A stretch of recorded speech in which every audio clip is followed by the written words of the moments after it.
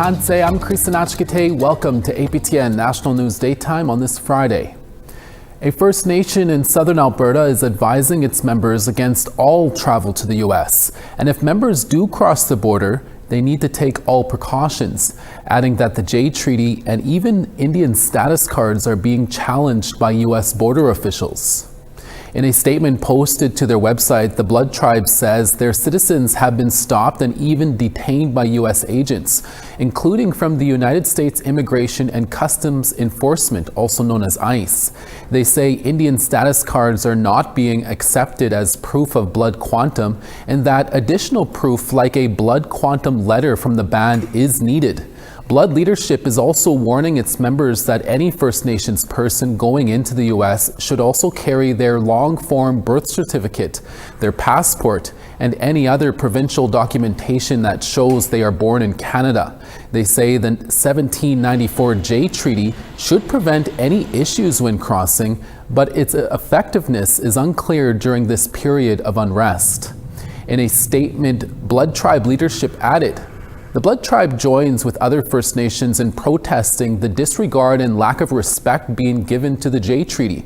We urge Blood Tribe members not to rely on the fact that we have a right to pass and repass the border freely, and to take all precautions to ensure that their ID is up to date and in their possession when traveling."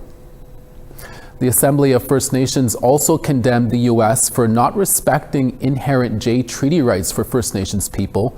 They also advised First Nations people to use caution and have all required documentation when crossing the border.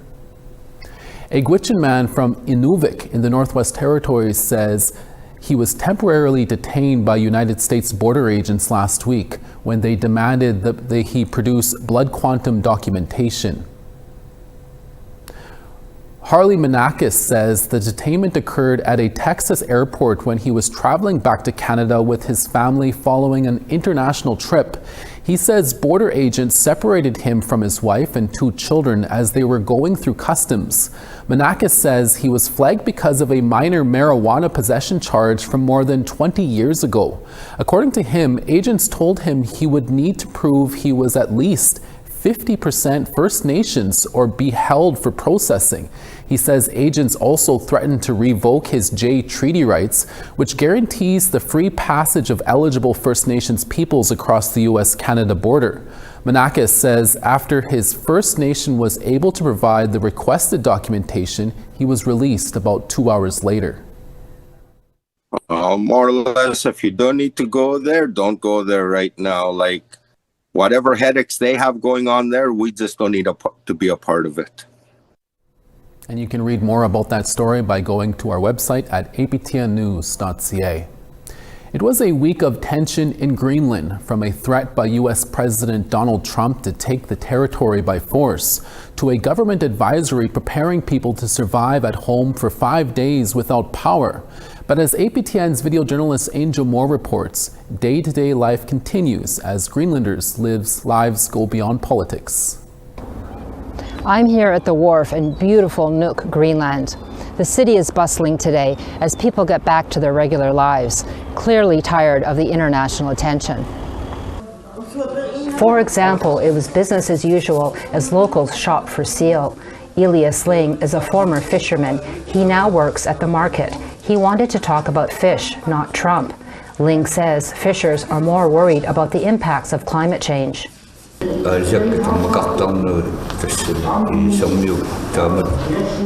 and other fishermen have been talking about it. They are afraid that the fish is going to disappear when the ice melts. It becomes small parts of ice, and sometimes big, so you can't even fish because of the ice. Last week, the world's eyes were on Greenland after U.S. President Donald Trump threatened to take the Danish territory by force. Trump claims the United States needs Greenland for U.S. national security. Trump eventually backed down from using force and announced a framework deal. Greenland's Prime Minister, Jens Frederik Nielsen, addressed Trump's plan. He said there is a high-level working group to find a solution. Nielsen was asked by a reporter if he could believe Trump would not use force to take the territory. This is, as I said, this is about world order. This is about international law. This is about respecting territorial integrity. I believe that the world will not take that turn so drastically. I have to believe that, and I believe the Western Alliance, in a good partnership, can grow to be better. But for Team Greenland, it's sports that's on their minds and not politics, as they prepare for the upcoming Arctic Winter Games taking place in Whitehorse in March. It's about sports. So what we're going to focus is sports and how the sport bring us joy. Mm-hmm. So it's important for us to take these things with us. Mm-hmm. I also think that people and the whole delegation are looking forward to go there so we can have a great time together and not think about anything else. Mm-hmm. Sport is alive and well in Nuuk. Michael Kleist and his daughter Carla catch a women's soccer game. Carla is 14 years old. She is a badminton player on Team Greenland. Michael is the president of Greenland Badminton. He says the Arctic Games and cultural events are important to celebrate. We hope that she will enjoy and meet some new friends and take it as it is. It's a long way from here, but I know they are looking forward to it, and I know even though Carla is quiet, she is looking forward to going as well. Greenlanders continue to live as normal as possible despite the uncertainty. People who did not want to appear on camera said people are scared of the uncertainty. Sarah Olsey is the international chair of the Inuit Circumpolar Council.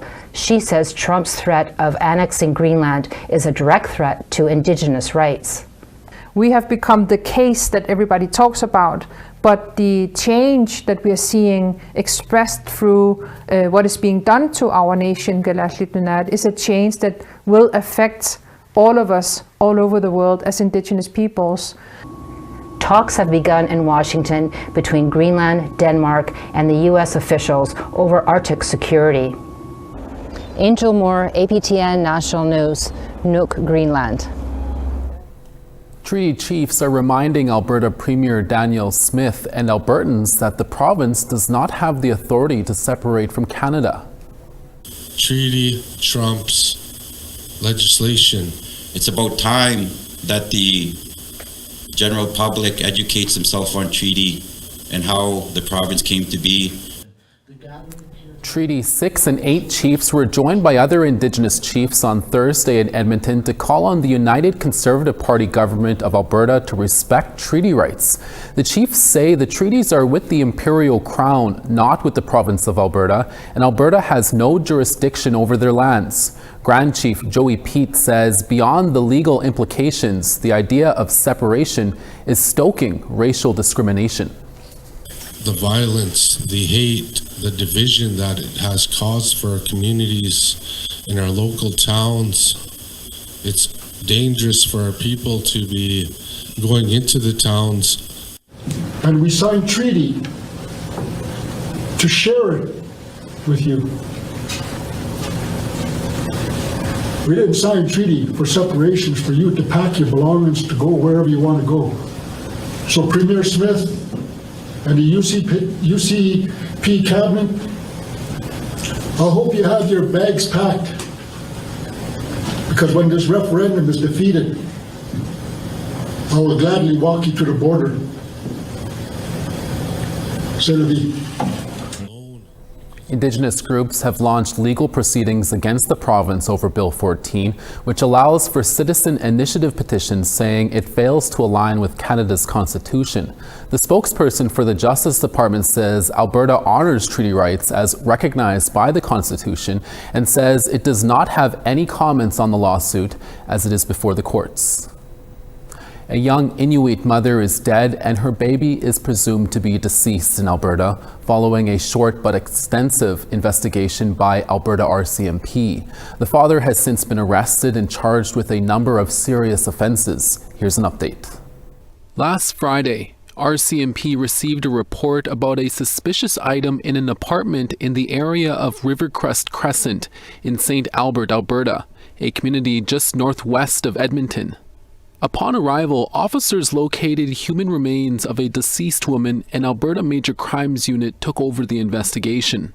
The remains were identified belonging to 23-year-old Ayla Igutuk Learn from Cambridge Bay, Nunavut. RCMP also became aware of Ayla's 9-month-old daughter, Braley Beasley, who was missing at the time, and RCMP increased their efforts to find her. Last Tuesday, RCMP identified a suspect in the investigation and arrested 33-year-old Christopher William Beasley at a hotel in St. Albert. Alberta RCMP say Beasley and Igutuk Learn were in a common law relationship, living in St. Albert since April of 2024, and baby Braley is their daughter. Beasley has been charged with 1 count of second-degree murder and 2 counts of indignity to human remains.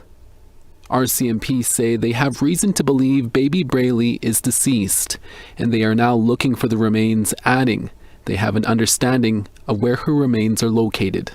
The gravity of investigating the death of a 9-month-old to a young mother in a safe community is immense. The officers who have worked on this file, the impact on the public is tremendous and will be felt by everyone. Our thoughts are with Ayla and baby Braley, and we are absolutely focused on doing right by them. We remain resolute and firmly committed to continuing all investigative efforts to locate and bring this little one home.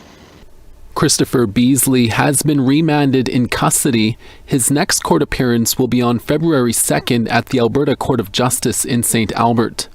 We also have more details on this story at www.aptnnews.ca.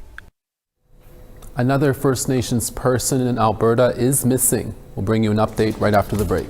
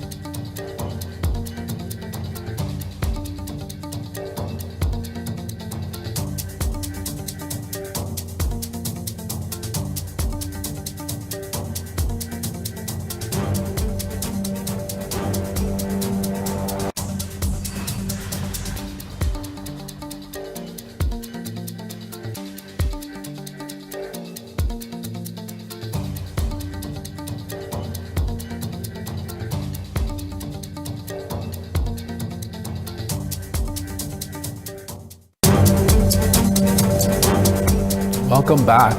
The Edmonton Police Service is asking for the public's help in locating a woman from the Saddle Lake Cree Nation in Alberta. 34-year-old Bobby Steinhauer was reported missing last October, but a police public notice wasn't issued until November 7th. Edmonton police say they believe Steinhauer may have succumbed to the cold weather. Bobby was also not connected to any shelter services and may have been living on the streets. Bobby Steinhauer is 5'5", very thin, and has short brown hair. She was last seen wearing a bright orange zip-up hoodie. Police also say that Bobby has involuntary head movements and has a large bald spot on the right side of her scalp. If anyone knows where Bobby Steinhauer may be, you are asked to contact Edmonton Police at 780-423-4567. 2 people have died and 3 others have been seriously injured in a 2-vehicle collision in the Sunchild First Nation in Alberta. On Wednesday at around 8:30 p.m., Rocky Mountain House RCMP were called to the Sunchild First Nation. They found 2 people deceased and 2 more people with serious injuries in one vehicle. The driver of the second vehicle was also seriously injured. The 3 injured were taken to hospital, 1 by helicopter. The dead include a 66-year-old woman from Sunchild and a 64-year-old woman from Rocky Mountain House County. There's no word on the condition of the 3 injured people. Sunchild First Nation is located about 270 kilometers northwest of Calgary. Residential school survivors in northern Saskatchewan are set to receive long-awaited restitution following a class action lawsuit against both the province and the federal government. Canada has signed a settlement agreement ahead of court proceedings.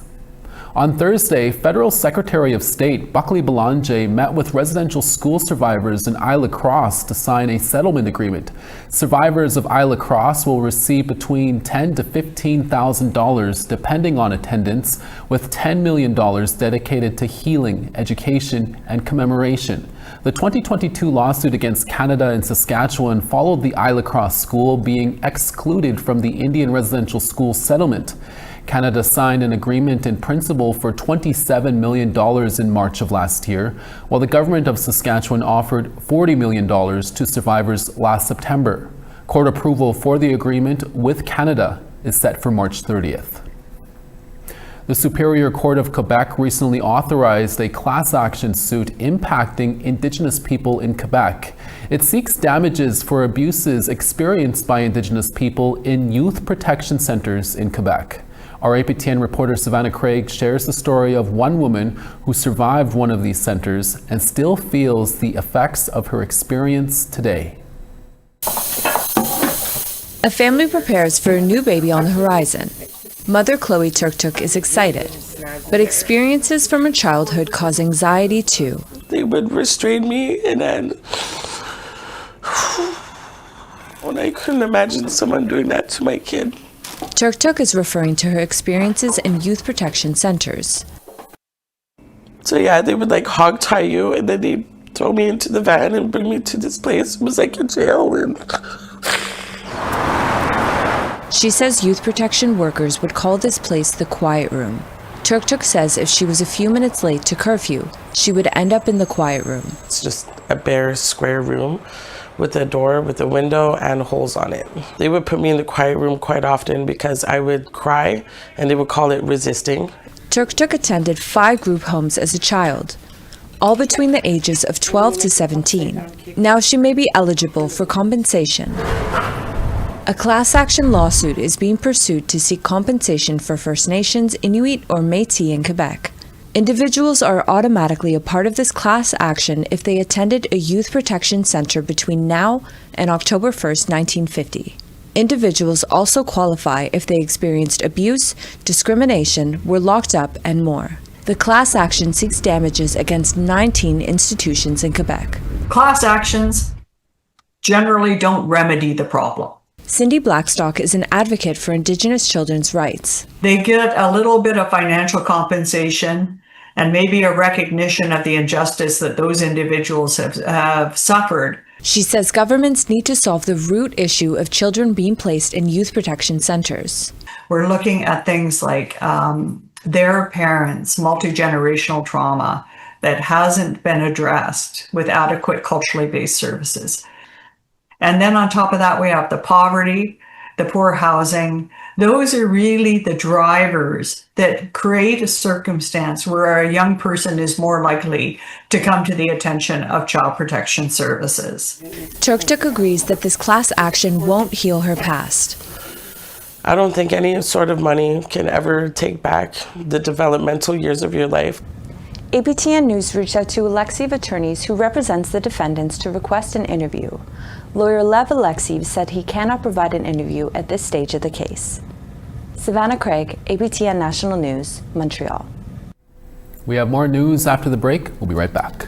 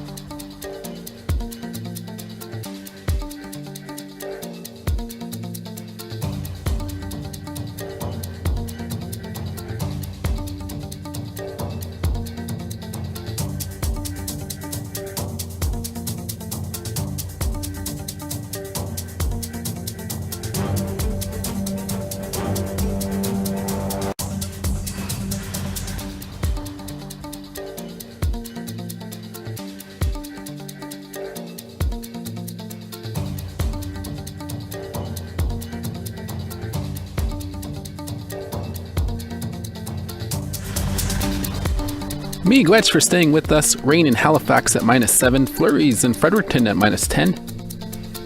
Cartwright 0. Happy Valley Goose Bay -3. -15 in Quebec City. Montreal sunny and -17. Ottawa -20. Toronto -14. Elliott Lake -18. Sioux Lookout -26. The Paw -23. God's Lake -24. Winnipeg -22, Dauphin -25. Sunny in Regina at -18, snow in Swift Current at -6. Partly cloudy in La Ronge at -10, Stony Rapids -11. Cloudy in Peace River at -2, Fort McMurray -5. 7 in Calgary, Lethbridge 10. Partly cloudy in Vancouver at 11, rain in Kamloops at 4.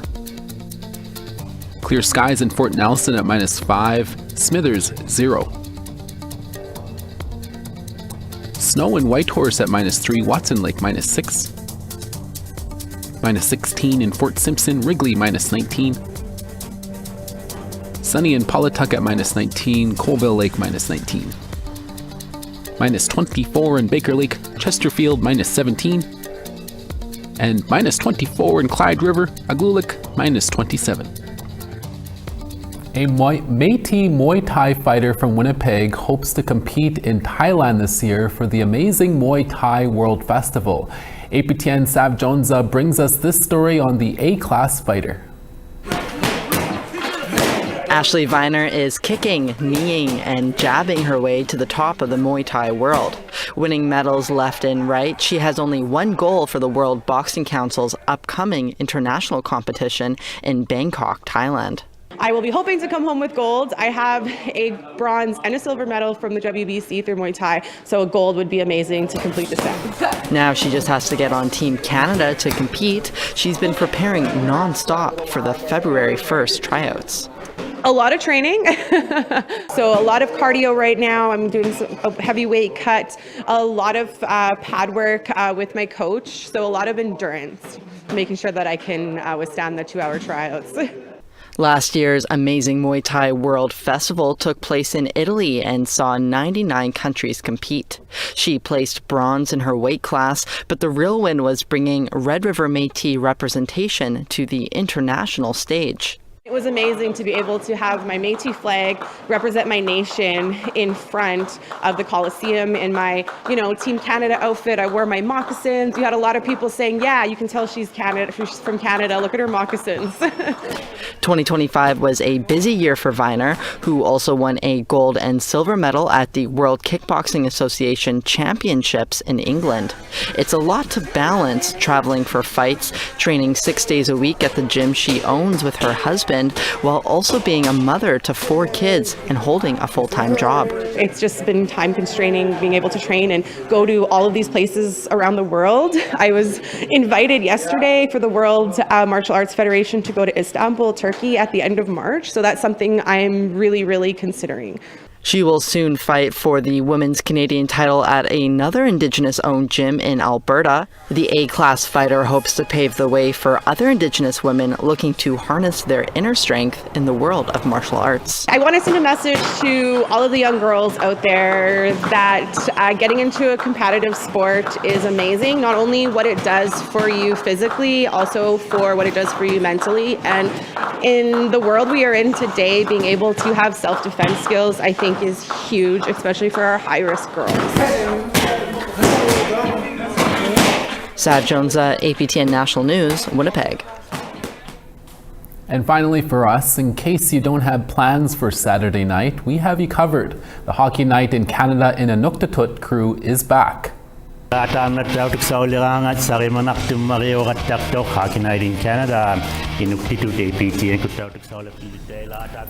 can tune in to APTN this Saturday and listen as Pujut Ki Sagak, David Niying Neo Nuan, and Robert Kupvi To Yohan delivered the second Inuktitut Hockey Night in Canada this year. The game between the New Jersey Devils and Ottawa Senators marks the second out of 3 games in Inuktitut this year, before the broadcast series moves into Plains Cree. The Devils beat the Ottawa Senators 4-3 in their last game on December 9th. Catch the game on APTN this Saturday at 7 p.m. Eastern Time for the exclusive Inuktitut commentary. And that's your daytime newscast for this Friday. Dennis Ward is back for your evening newscast in a few hours, following an all-new Nouvelle Nationale French newscast with host Kim Sullivan. Please join us then. From all of us at APTN National News Daytime, hi miigwech masicho. Thank you for watching, and we'll see you again next Monday. Ekse.